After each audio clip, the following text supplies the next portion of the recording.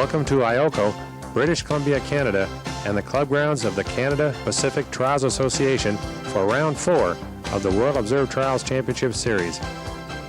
As you can see, this excellent terrain is very well suited for this type of sport, and the sections that Trials Master Kit Williams and his fellow club members set up will definitely challenge the skills of the riders. Last week's Round 3, held in Arizona, featured dry, rocky sections that provided lots of traction. But here, the traction on the slippery moss-covered rocks and logs will be very difficult to find thanks to all the rain that fell on Thursday and Friday. Most of the riders arrived here Thursday, and despite the rain, went out to practice to get used to the slick riding conditions. Friday was another day of rainy practice, and by noon Saturday, the skies were clearing, making way for a sunny and pleasant event day on Sunday. In the center, taking smiling lessons from Robert Crawford and Ron Como, is Fabio, the #1 mechanic and engineer of the Beta motorcycle company from Italy. He designed and built the new technology Beta Zero trials bike, along with riding and handling suggestions from their top rider and world champion, Jordi Terrace from Spain. We had a chance to talk to Jordi before he went out for practice, and we asked him if he thought Sunday's event would be an easy one for him. No, maybe it's difficult because this week I think raining too much, and for the sections maybe it's more slippery and it's more difficult now. But I prefer that because it's more selective and maybe it's possible to make more good result than not in last competition. Jordi, how much do you practice? You're riding very well this year. Do you practice every day, or what is your schedule like when you're at home? No, before when I start to riding, yes, I riding many hours. But now I have too many other things to make, because when I stay at home, many television or many interview, and also. When I stay at home, I make some holidays because we have many competitions, 12 World Championships, 8 on the Spanish Championships, and also maybe 15 indoors trial, and we can training on the competition. But also maybe when I training more is before the competition, because I like to test the new areas. Okay, Jordi, good luck tomorrow. Thanks for the interview. Okay, thank you. This is Italy's #2 rider and #4 world-ranked rider, Donato Milio. This new 307 that Donato is riding has been redesigned and lightened from last year's model and performs very well. But watch for a radically new water-cooled model for next year.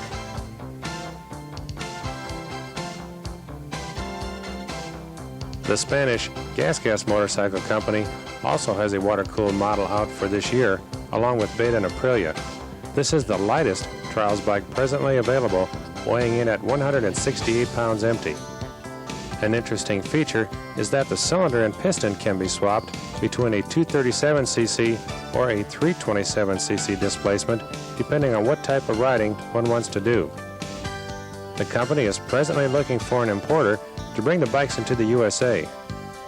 Another very attractive feature would be the price, approximately $4,000. The company keeps their expenses down so that they can sell the bikes for much less than the competition does.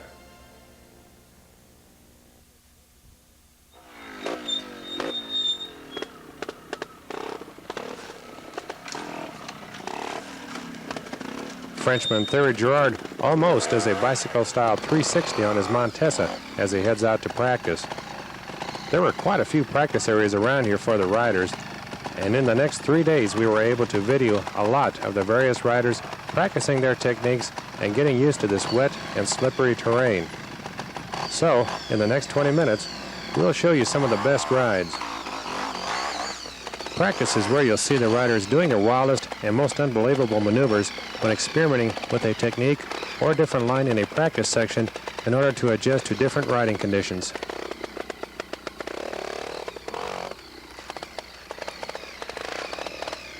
The practice you're watching now was being done late Wednesday afternoon on the rocks around the start-finish area. It was the last time the rocks would be somewhat dry until late afternoon Saturday. Just after the sun went down, a steady light rain that was ahead of an approaching cold front started falling and didn't stop until Saturday morning. But, like in England in 1989, the rain helped to make this event a better one. The sections would be almost perfect for the riders on Sunday.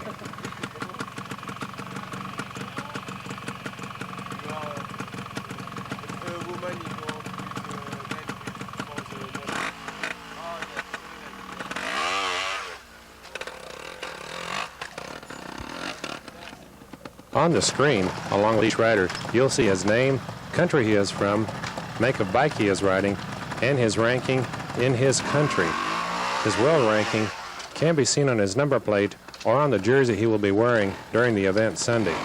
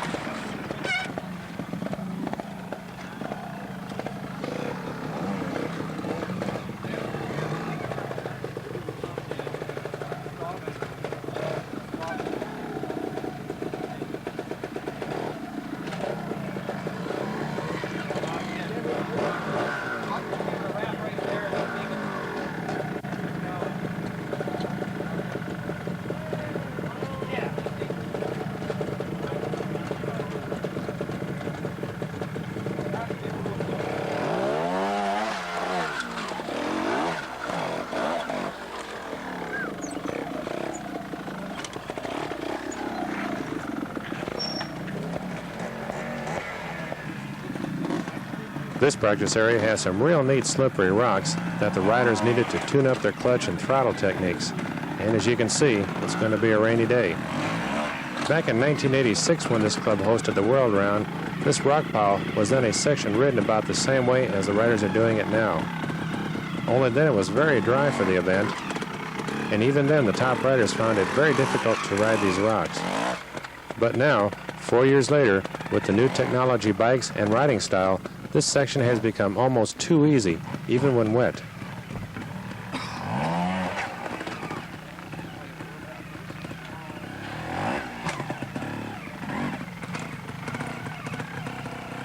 Tommy Avila was only 14 and still in school back in 1986, but had thoughts of being one of the best trials riders in the world. Now, 4 years later, he is the Finnish champion and ranked number 6 in the world. We asked him how he liked the U.S. round last week. Yeah, it was a lot of different than first two races in Ireland and England, because in Arizona there was a lot of traction and it was incredibly hot and there was no water at all, water sections. I liked it because I like to drive in hot weather. Even, I don't know, I'm born in Finland, but I like very hot weather, and that was okay for me. And also sections were like in indoor trials, so it was also okay for me. I notice all the riders this year are getting very good. The bikes are becoming better and the techniques are becoming much better. Do you practice very much in all this? Yeah, I drive quite a lot with motorcycles, normally 5 or 6 days a week, and every day 3 or 4 hours. And mostly I only try with the bikes. I don't make a lot of gymnastic or try to get my muscles bigger, but I try very much with my motorcycles. The new Aprilia this year seems to be working very well. Did they make some changes on the bike that make it work better for you? Yeah, last year we had quite near like standard bikes, and from last year to this year we have made a lot of little changes. There's nothing concrete like engine different or something, but a lot of little changes. And this year, this first bike that I have built like I want, and maybe that's the one reason why it works for me very good. Well, very good. Thanks for the interview and good luck tomorrow. Yeah, thanks.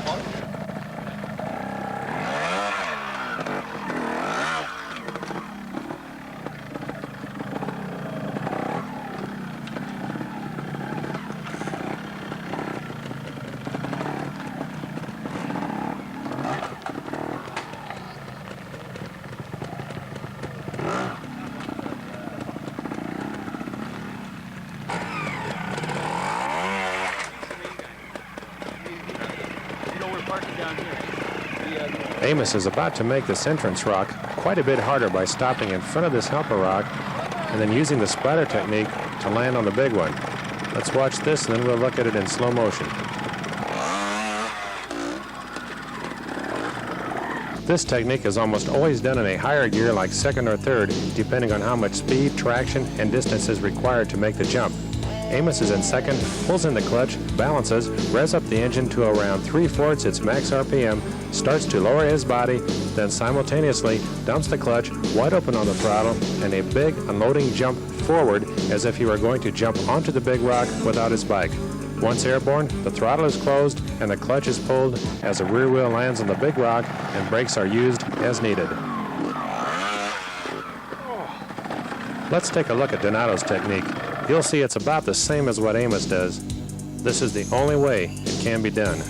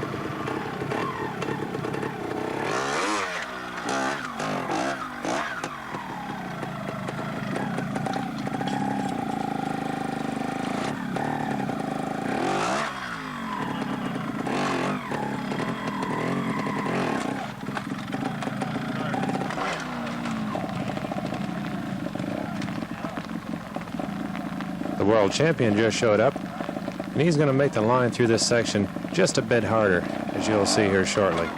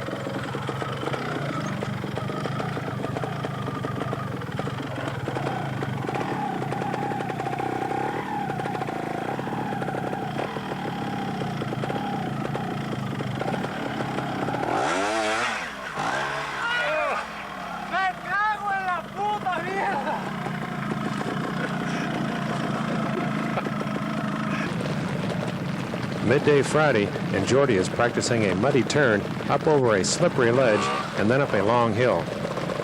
He's doing the turn in second and then shifts to third for the ledge and the hill climb. Notice the throttle and clutch technique that he uses to get traction. He rode this about 30 times before he finally figured out how to do it, and then he could get through it with a 1 or 2 and sometimes a clean.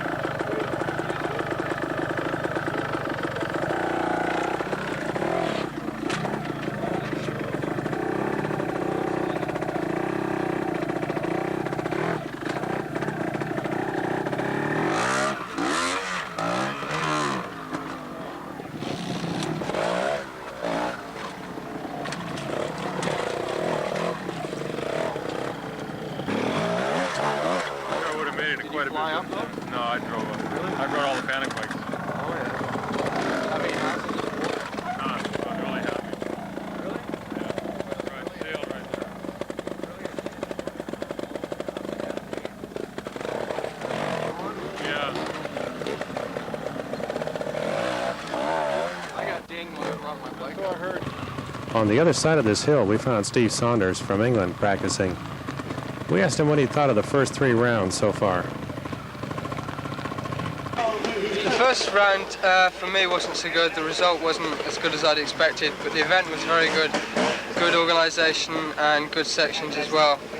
Unfortunately, the weather wasn't as good as it could have been, but it was reasonable for the time of the year. In England, we were fortunate with the weather. The weather wasn't too bad. We just had a little bit of rain, but the organisation again was fairly good. But the sections, we had a problem with the sections because they were a little bit too long and the riders were taking too long to get through the sections, which meant we had a great time problem on the last lap. So most of the riders on the last lap were really struggling to get in on time, and for that reason they were losing a lot of marks as well. Arizona, I thought the organisation was pretty good. The sections were good also, but there was no real variation of section.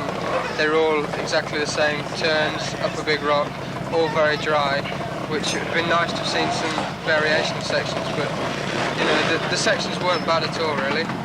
Quite enjoyed it. Tomorrow, if it's anything like 1986 when I was here before, it'll be a very good event. Here, the beauty of being here is they've got virtually every type of section you could wish for. The dryish rocks, mud, trees, streams, everything. So I anticipate it to be a very good event. How are you doing in the English round this year? Well, in the British Championships, we've had 2 rounds so far, and I've won both of the rounds, with Robert Crawford being the main rival. He finished 2nd in the first round and 4th in the second round. So the second round was a bit of a disaster for Robert, but you know, I was quite pleased to see him lose a few points to me. It helped me along a bit. I understand you're going to do a couple of trial schools in the U.S. this year? I was approached last week to do one in Texas and one in Los Angeles, so I hope so, yeah. Hey Steve, good luck to you tomorrow. Thanks very much.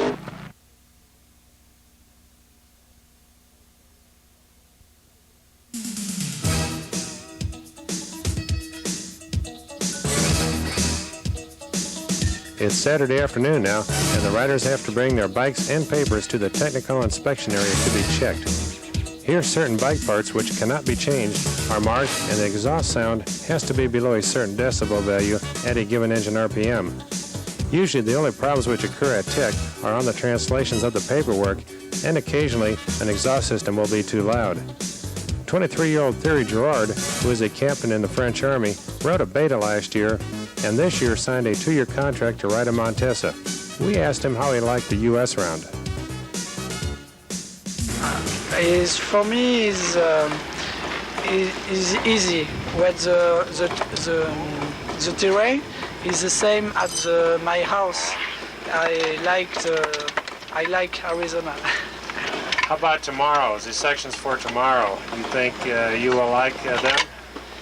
It's possible. I like. It's not difficult. It's very difficult. Very problem for me. For me, it's easy. The section easy. Well, thanks very much and good luck tomorrow. Thank you.